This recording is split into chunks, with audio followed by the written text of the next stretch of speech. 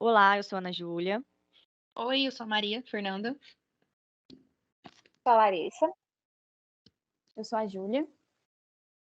Oi, gente, eu sou a Ana Luísa. A gente vai dar início ao debate contextualizando o que é o goodwill e como que ele se encaixa dentro do ativo intangível. Bom, gente, eu vou começar falando então, para dar essa abertura do ativo intangível, que ele é um dos grupos que fazem parte do ativo não circulante. O ativo intangível, ele é que possui um valor econômico, mas não tem uma existência física. E dentro desse ativo não intangível, a gente tem como exemplo marcas, as patentes, um tipo de software, né, que é os que podem ser separados dos equipamentos, e também é onde a gente tem o goodwill. Sobre o goodwill, ele é quando pode ser definido, né, que é quando uma empresa é colocada à venda e o valor pago pelo comprador é maior que o valor de mercado. E isso acontece porque o patrimônio da empresa ele vai além dos bens materiais, como, por exemplo, a carteira de clientes, o lugar da empresa e também a própria marca da empresa. Goodwill, a gente também pode falar que ele é o montante, né, de lucros futuros esperados acima da rentabilidade normal de uma empresa. A gente, assim, tem até uma fórmula do Goodwill, que é P menos A mais L, em que P é o valor pago pela empresa, A é o valor justo do ativo e L é o valor justo do passivo. Ô, Júlia, você comentou sobre o software. Aí tem o software no intangível e no imobilizado? Isso, tem sim. A gente tem a diferença entre os dois é que no intangível ele pode ser separado dos equipamentos, né? E esse outro software, ele faz parte do grupo do imobilizado, que também é outro grupo do ativo não circulante, que aí esses softwares, eles não podem ser separados de equipamentos, como, por exemplo, o elevador, né? Ah, sim, entendi. Dando sequência, eu vou abordar os tipos de goodwill. Eu queria perguntar para vocês, são 5 tipos, primeiramente. Queria ir perguntando para vocês o que vocês entendem por cada tópico que eu vou falar. Tem o capital intelectual. O que vocês entendem por capital intelectual? Acredito que seja envolvido o conhecimento daquelas pessoas que estão na entidade, né? Tanto de funcionários, Sim, gerentes, diretoria.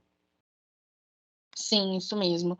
Agora, sobre a marca registrada. O que vocês acham que é importante para a empresa ter uma marca registrada? Aí, no caso, então, é o nome da empresa, né? Tipo assim, o peso que o nome da empresa tem no mercado. No mercado, isso.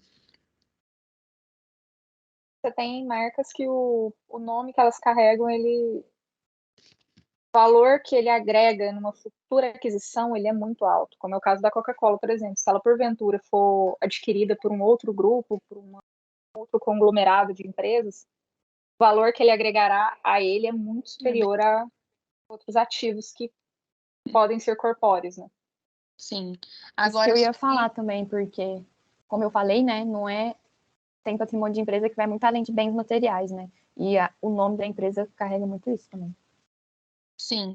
Agora, sobre a imagem que ela consolida no mercado. É parecido com a marca, o nome que ela conseguiu abranger no mercado atual. A imagem é semelhante. Daria o mesmo. Acho que a imagem é mais como as pessoas de fora vê ela, né? Isso Como vale muito, né? clientes, os fornecedores, parceiros. Então, pode ser também o relacionamento dos clientes.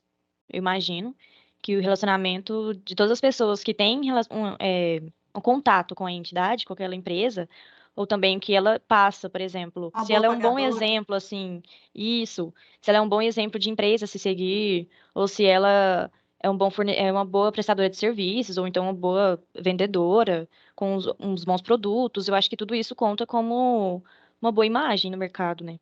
Sim, aí, inclusive abrange a cartela de clientes. Querendo ou não, a marca e a imagem é um dos pontos principais das empresas. Agora, sobre gestão organizacional de uma empresa. A gestão organizacional, a gente pode, não sei se está certo, mas a gente pode considerar como a forma como a entidade ela se organiza internamente, seja por um banco de dados, por exemplo. Se ela tem um sistema lá com um banco de dados bem elaborado, bem definido, eu acredito que seja um tipo de gestão organizacional. E isso Tem também muitas conta muito, né? empresas algumas empresas, elas inclusive, elas têm métricas e indicadores relacionados à gestão interna de pessoas mesmo. O Grupo Algar é um deles. Eles têm uma cultura muito específica, muito bem estruturada, e você tem tópicos a seguir. Eles ganham até premiações, se eu não me engano, a nível nacional e internacional, dessa cultura interna de trabalho. Então, isso passa a ser um conhecimento que a empresa tem, ela consegue documentar, registrar e mensurar. Então, acaba tornando-se um ativo que, novamente, numa futura venda, acompanhará a empresa. Né? Sim. E por fim, a gente tem os clientes, né? Que juntando todos os tópicos acima, a gente consegue abranger bem a cartela de clientes das empresas. Como a Larissa disse, a Algar. Hoje a Algar tem uma imagem muito forte no mercado. A marca que ela criou, a imagem que ela tem, o capital intelectual que ela tem, porque querendo ou não, são milhares de trabalhadores que tem nessa empresa. Então, eles têm muito conhecimento e com isso eles vão abranger na cartela de clientes dele. Por exemplo, o Banco Bradesco atua hoje dentro da Algar também, no setor de teleatendimento. Então, conta muito. Esses são os 5 tipos de goodwill. A Júlia comentou sobre a questão do valor pago a mais pela empresa, um valor maior que o de mercado. Esse valor pago a mais é a mais-valia. Quando a empresa paga um valor menor, tem a menos-valia, mas geralmente acontece a mais-valia mesmo. E no caso das mais-valias provenientes da diferença de valor em ativos, como terrenos e obras de arte, porque a mais-valia, ela também pode ser tanto relacionado ao goodwill ou relacionado ao ativo imobilizado. Vai depender da empresa que foi comprada, controlada, ou então se houve uma fusão entre duas empresas. Existem várias formas de acontecerem a mais-valia. Quando acontece a mais-valia proveniente da diferença de valor dos ativos imobilizados, o reconhecimento das perdas por parte do investidor vai depender da situação. É importante a gente frisar alguns pontos. O goodwill, ele tem algumas... Ele é controverso, ele é bastante complexo, e a forma de mensurá-lo também, ela envolve alguns pormenores a cada empresa, né? Então, o que a gente vai ver, inclusive, adiante, é que existe mais de uma maneira de mensurar o valor em si desse ativo. Mas é importante que, ainda que ele seja incorpóreo, ainda que ele tenha sua complexidade na elaboração do cálculo, ele segue obedecendo aquele critério do ativo, que é, primeiramente, ser mensurável, e tem outros 2 pontos. Que ele precisa ser Ele teria que relevante e preciso. Isso. Porque mesmo que ele seja, como a Larissa falou, mesmo que ele seja incorpóreo, ele continua sendo um ativo, né? Então, assim, mesmo que a forma de mensuração seja diferente, até porque ele é considerado um intangível dos mais intangíveis, pela teoria da contabilidade. Então, É menos substancioso, né? ele é bem complexo, que até bastante estudos já foram realizados e até hoje não conseguiram, né, encontrar uma definição exata do goodwill. E assim, o que difere de forma muito gritante um intangível do tangível é que o tangível, independente do que aconteça, né, do rumo que a corporação tome, o tangível ele é físico, então eu consigo a recuperação pelo menos da venda daquele bem que eu consigo, daquele bem corpóreo. O intangível, ele tem uma liquidez diferente, né? Ele não é tão fácil de ser mensurado, não é tão fácil de ser vendido, justamente porque ele não tem o aspecto físico, né?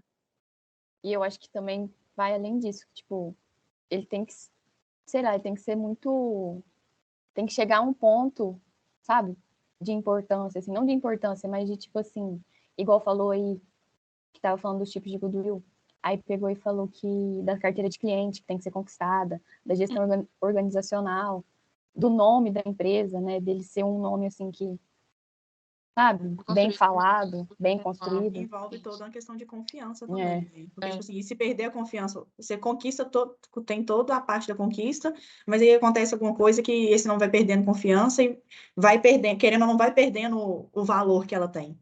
Sim.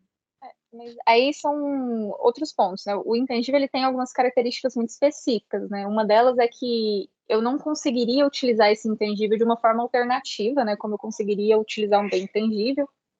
Um carro em poder da empresa, eu posso utilizar, assim que ele for vendido ou que a minha empresa for adquirida por outro grupo, eu posso dar outra destinação ao uso desse automóvel. Mas eu não consigo fazer a mesma coisa com uma cartela de clientes, eu não consigo fazer a mesma coisa com uma patente. Ela tem um uso muito específico. E é mais difícil eu separar da empresa a utilidade desse produto. O goodwill, ele é intrínseco àquela companhia. E não necessariamente aquele conceito, aquele conhecimento adquirido poderá ser aplicado a uma outra empresa, a outra situação. E também a recuperação do valor desse ativo nessa possível aquisição, ele é mais incerto, né? Ele não é tão certo quanto o automóvel que eu posso, por exemplo, recuperar o valor dele numa venda pelo valor residual. Eu vejo que ele pode ser, assim, até nessa parte de incerteza, ser comparado a um investimento, por exemplo. Quando você investe em algo, você não tem aquela certeza do que você pode recuperar daquilo, se você vai ter um lucro, se você vai ter um prejuízo, se vai ser bom, se vai ser ruim para você. Então, acredito que essa é o tipo de incerteza do goodwill também, que você não consegue prever com tanta certeza assim o que ele pode te trazer. Qual forma que vai ser sua recuperação, se vai ser de uma forma boa ou ruim para sua empresa, né? E se de fato vai corresponder à expectativa, né? Como a questão das ações mesmo. Quando você adquire uma ação, a ideia é que ela se valorize.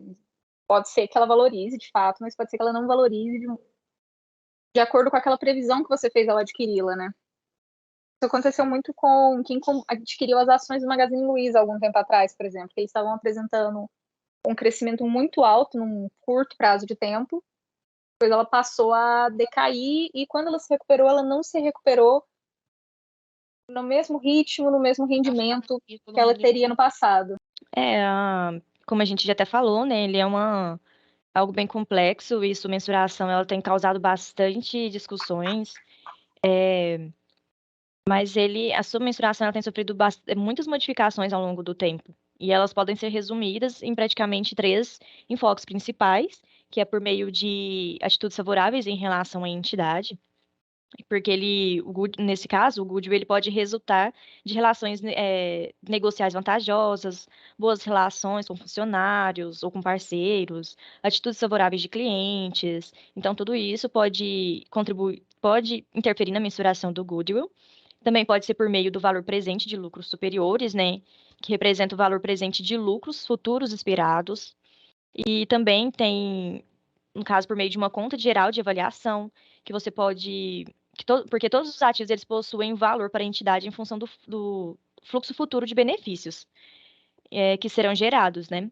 Então, se houver um aumento da expectativa dos fluxos futuros de caixa, ele deve-se aumentar o valor dos ativos que geram tal aumento.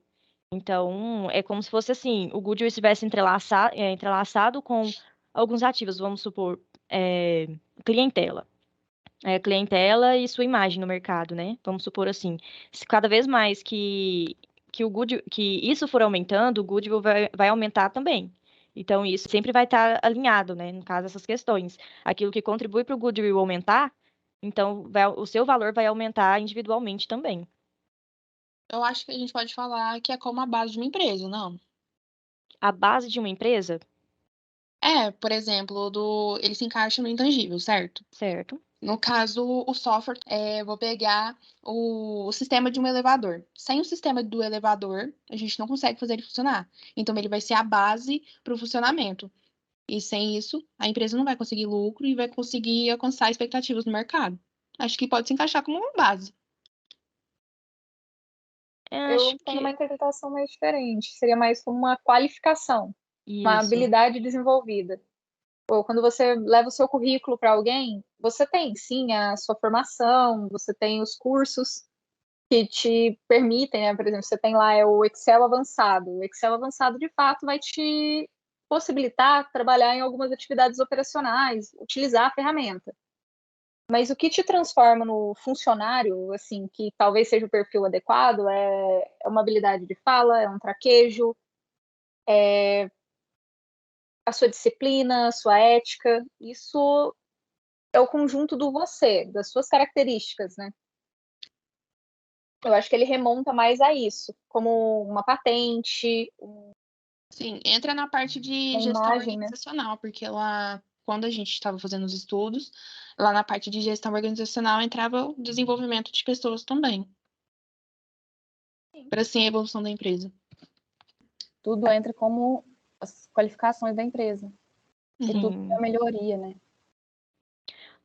Bom, a mensuração, como já foi dito anteriormente, né, ela é algo bem complexo que até hoje ainda não foi definida exatamente somente um tipo de mensuração, de uma forma como pode ser feita. Então, ela tem vários tipos de mensuração, mas a medida mais adequada para ser utilizada é o de valor presente de seus benefícios projetados, ou seja, que ela decorre do confronto entre uma expectativa futura e de um negócio e o resultado que este negócio obteria. Então, você pega a expectativa futura de um negócio e confronta com o resultado que este negócio obteria. Então, no caso, com a sua expectativa, com o que você poderia obter com esse negócio. E também tem um outro método que é bastante adequado, que é o intermédio da projeção de resultado de um negócio, que é a hipótese de rentabilidade futura trazida a valor presente a uma taxa razoável de desconto. Então, tem essas duas formas, assim, que segundo o Hendriksen e Van Breda, elas são as... Quando a gente fala do Goodwill, eu acho que a subjetividade dele prejudica muito a habilidade de mensuração dele, né? Então, cada companhia ela vai ter algumas dificuldades, algumas particularidades que são, vamos dizer assim, relevantes e que devem ser trazidas. Na literatura, então, assim, quando a gente vai fazer a pesquisa, né, a literatura ela sugere várias formas de cálculos que já foram utilizadas. Eu separei algumas aqui, eu vou até fazer a consulta da fórmula, né, que são fórmulas um pouco mais complexas, mas nós temos o método do Dixie, né, e o Goodwill ele seria o resultado do lucro líquido, deduzido da remuneração administrativa, deduzido também a taxa de juros a ser aplicada sobre o ativo tangível, né, o corpóreo. Esse saldo ele seria multiplicado pelo valor do ativo tangível em si por um fator multiplicador. Então, veja só, ele está considerando um lucro líquido do período, e esse lucro, eu faço algumas deduções, mas eu trago também o ativo tangível, que a gente volta lá. É o de fácil liquidez, de valor já pré-estabelecido, né? Então, eu levo ele em consideração. Se eu tenho uma companhia com um valor de ativo físico alto, é óbvio que ele não pode ficar de fora dessa conta. Você tem o método Nova York, que ele tem outros fatores também. Ele utiliza a média do lucro dos últimos 5 anos, né? Então, pode ser que seja viável utilizar numa companhia que no último ano teve um resultado atípico dos demais. Então, eu não estou sendo prejudicada pelo último resultado.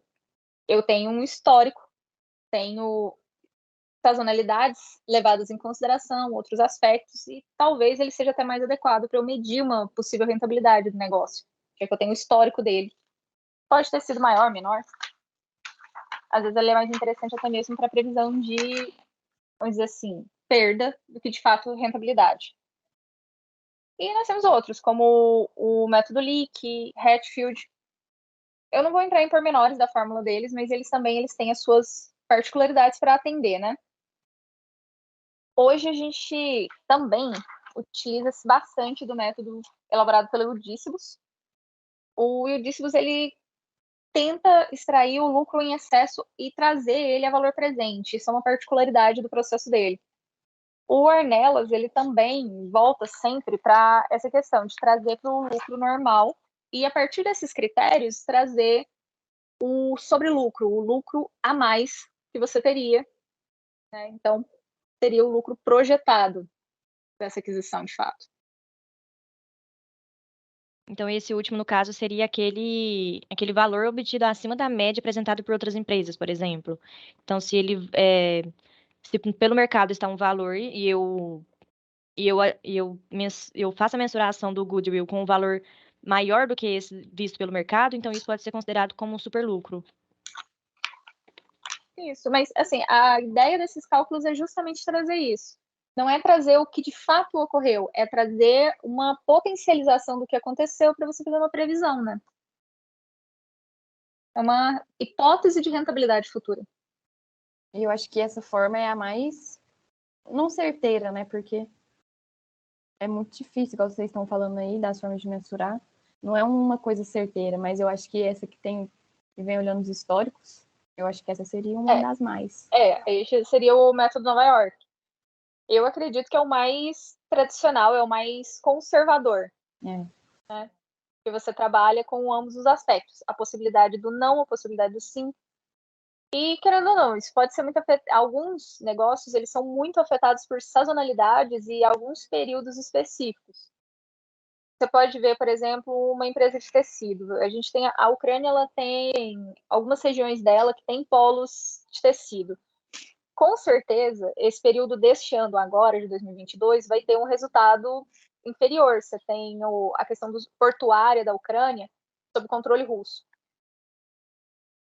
Este ano, então, uma empresa ucraniana que faz exportação de tecido, ela não vai ter o mesmo resultado que ela teve nos últimos 4 anos, mas se porventura ela for adquirida por uma outra empresa, essa outra empresa pode querer considerar esse histórico anterior, que talvez ele seja mais adequado, já que ele não considerou uma situação atípica, ele considerou o típico e o atípico.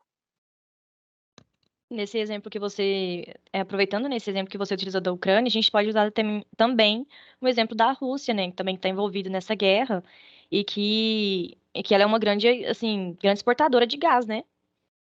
Então, acho que, se eu não me engano, é a Rússia mesmo, que é uma enorme potência de exportadora de gás, e isso pode ser prejudicado devido à atitude dela, né, mediante essa guerra. Que ela vem sofrendo algumas sanções, né, de outros países da União Europeia.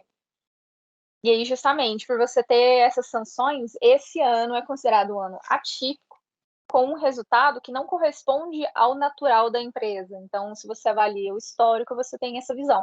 Entretanto, se você opta por utilizar outras formas de cálculo que considera apenas o último resultado, pode ser que você não consiga enxergar uma rentabilidade nesse tipo de negócio. A ideia desse primeiro debate, né, a gente fez ele separado, foi para, de fato, fazer essa conceituação para que o restante do grupo consiga abordar de uma forma mais sucinta casos que remotam mais ao real, né? Eles vão trazer esses estudos de casos, era só para teorizar e conceituar antes dos estudos de caso, de fato. Antes de finalizar, a gente gostaria de fazer um momento, antes da transição para o próximo grupo a falar. A Ana Luísa ela vai trazer um versículo para seguir justamente a tradição que a gente já tem em aula e manter ela aqui na nossa apresentação. Por favor. Oprimir o pobre é ultrajar o seu Criador, mas tratar com bondade o necessitado é honrar a Deus. Provérbios, capítulo 14, versículo 31. Goodwill é um conjunto de elementos intangíveis ligados a uma empresa. É manifestado na sua marca, na sua reputação e na sua capacidade de gerar receitas e cartas de clientes. É uma conta de difícil mensuração e também integra uma negociação de uma empresa. Se origina de uma transação na qual uma empresa adquire a outra. O goodwill é a diferença entre o valor da aquisição e o valor justo. E ele na demonstração vai ser feito vai ser debitado, quer dizer, no valor contábil da empresa na qual está se vendendo, vai fazer um débito também no goodwill e um crédito no caixa ou no banco. Meu nome é Fábio Gonçalves, eu vou falar da mais-valia, que é o preço do valor justo menos o valor contábil. A contabilização é feita no ativo não circulante, grupos e investimentos. É feito um débito no valor contábil da empresa, débito em mais-valia, débito goodwill e crédito caixa ou bancos. Eu sou o Cristian, eu vou falar um pouco sobre a compra vantajosa. A compra vantajosa é quando você paga um valor menor do que o valor contábil da empresa. Então, você contabiliza a diferença entre o valor contábil e o valor pago pelo comprador. Então, debita investimento, credita caixa ou banco, credita a compra vantajosa, que é uma compra da receita. Boa noite, gente. Eu sou o Rafael. Eu sou a Patrícia. Sou o Vitor Hugo. Eu sou a Júlia. E eu sou o João Victor. Eu sou a Mel. Nós vamos dar continuidade ao trabalho, agora tratando um pouco sobre as notas explicativas. Eu vou iniciar com um exemplo da Magazine Luiza, que é uma loja que foi fundada em 1957 em Franca, na cidade do interior de São Paulo. Em 1976, eles começaram a abrir as primeiras filiais ainda no interior de São Paulo, e a partir de 1983 eles expandiram para outros estados, e principalmente aqui no Triângulo Mineiro. A Luísa, sobrinha da Luísa, dona da empresa, depois que ela assumiu a liderança da organização, ela fez uma chamada Liquidação Fantástica, que é uma estratégia de marketing copiada até hoje pelo varejo brasileiro, que ela mobilizou um grande número de consumidores, extensas filas nas lojas em 1993, e nessa estratégia eles fizeram as vendas de mercadoria e até de descontos reais.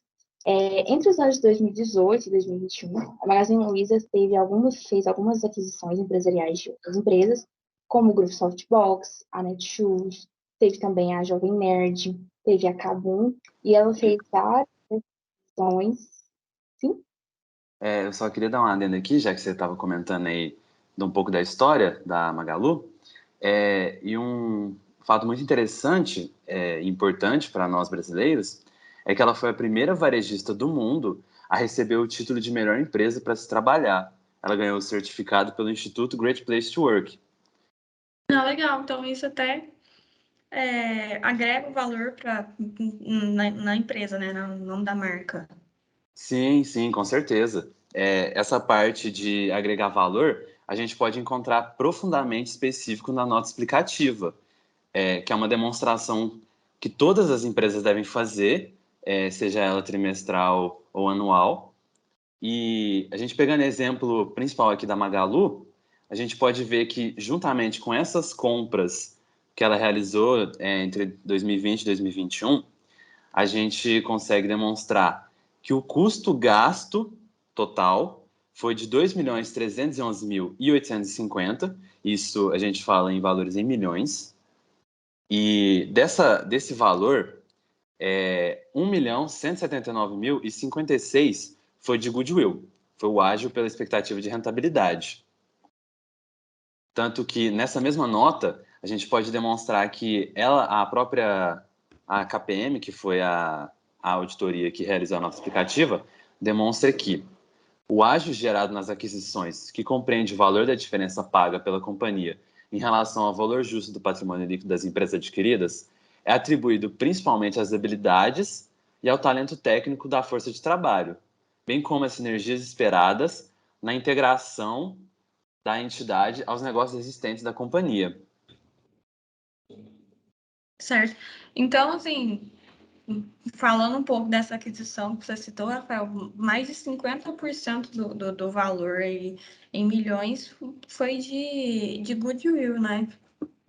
Sim, sim. Foi adquirido por 2.311.850, mas desse valor, 1.179.056 de goodwill. Então, assim, representa bastante, né? Falando um pouco aqui sobre as aquisições da empresa, é algo também que eu acho que contribui para essa valorização.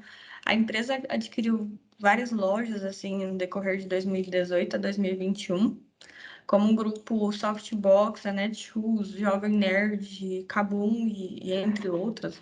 São empresas grandes com marca, né, conhecidas, então assim, o que com certeza acrescentam nesse valor da própria Magazine Luiza. E essas empresas também que eu citei foram vendidas por valor maior que o valor contábil. Então, assim, o principal motivo é que a expectativa da rentabilidade futura é maior, né? O que a gente chama de goodwill. Sim, com certeza. Aí a cartela de clientes e mesmo a própria força de trabalho contribuiu para isso, né? Outro exemplo, assim, né, dando continuidade à questão de aquisições, né, um exemplo que a gente pode dar também é da área de moda, né, que é o que eu gosto e que eu achei uma empresa bem interessante aqui, é o Grupo Soma. Né? Esse Grupo Soma, ele é um grupo relativamente novo, né, que surgiu em 2010, com a fusão de duas grandes marcas, que são a Animale e a Farm. E esse grupo, na verdade, ele está focado assim, mais em moda feminina e também nas classes A e B. Só que em 2021, eles acabaram adquirindo, para expandir essa carteira também de cliente, reestruturar a empresa, né, e assim, adquirir uma empresa que já tem conhecimento em outras áreas que eles não atuam tão fortemente ainda, como a moda masculina, né, e também a classe C.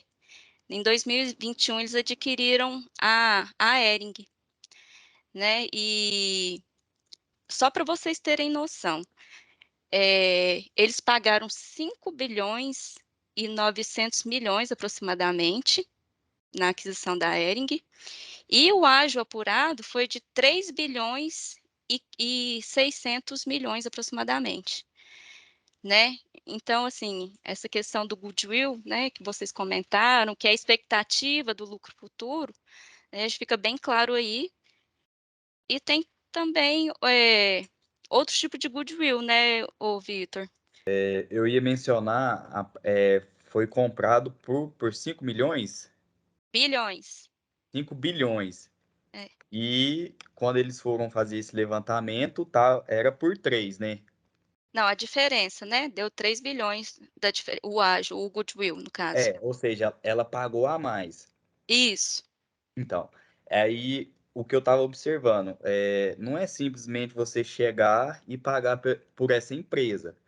Você teria que analisar o mercado que ela está encaixada, se vale a pena, se isso vai ter um retorno para ela.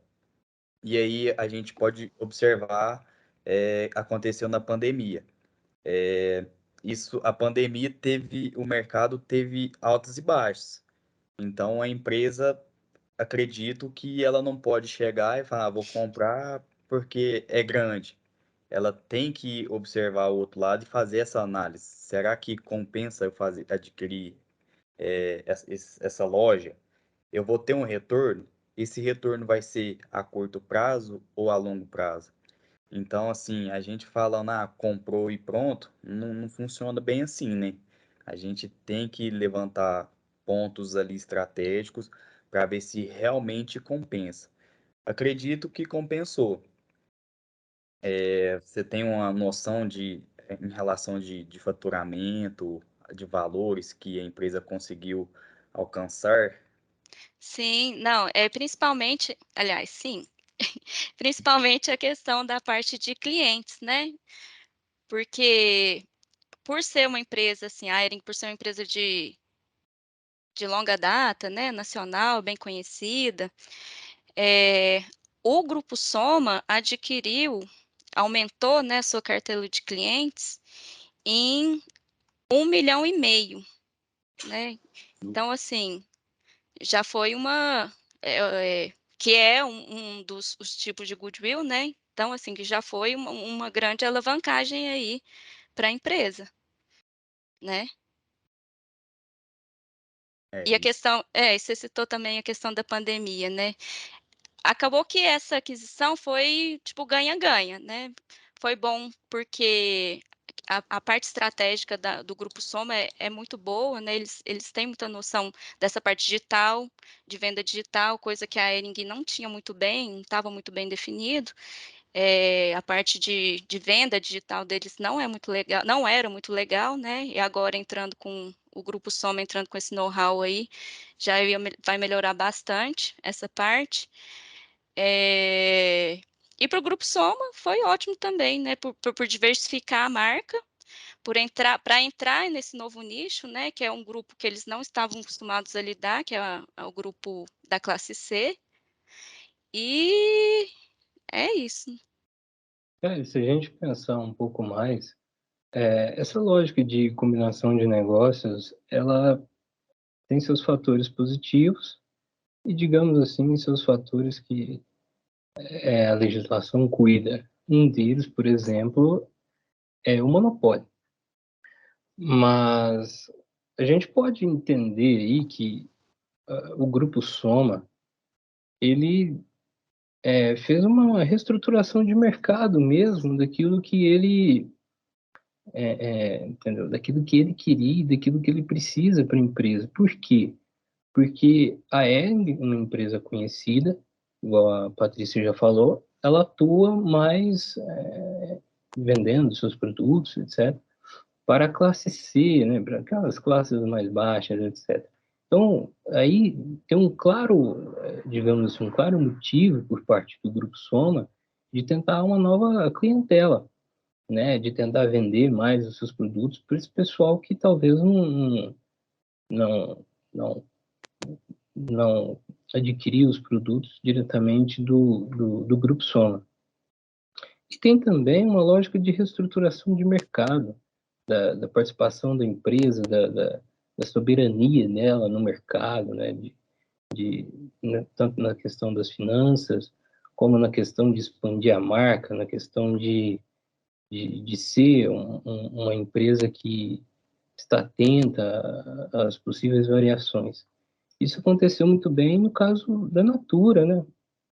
Por quê? Porque a Natura ela comprou, né, a Avon. E os motivos que fizeram ela comprar, além dos financeiros, né, econômicos, etc., foi a ótima marca que a Avon tem, inclusive com aquelas revendedoras, né, ao redor do Brasil e do mundo. Também uma possível inserção da Natura no quesito mundial, né? Até no artigo que eu li a respeito, eles diziam que a Natura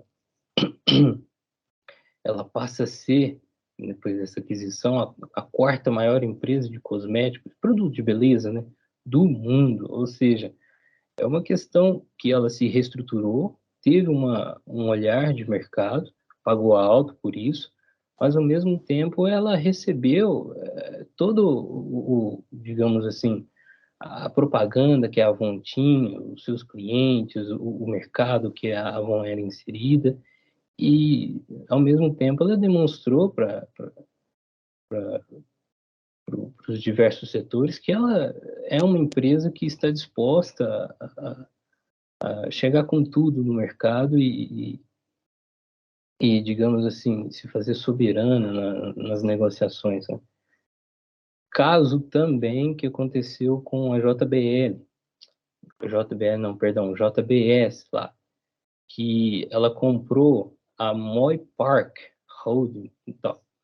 E na época, o seu executivo, ele usou como a justificativa para tentar comprar a Moy Park, ele usou a justificativa de que a JBS queria expandir a base de clientes, principalmente no mercado europeu, e também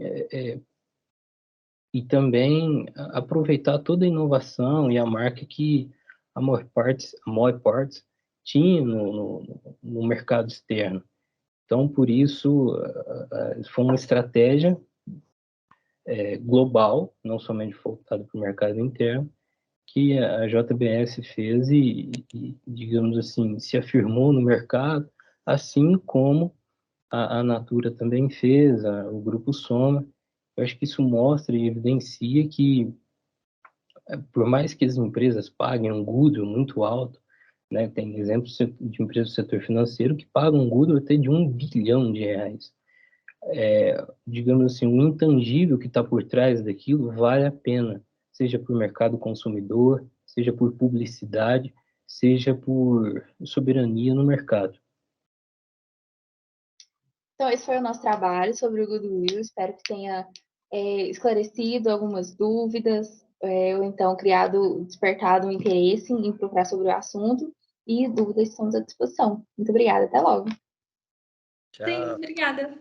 Vou deixar o link na bio.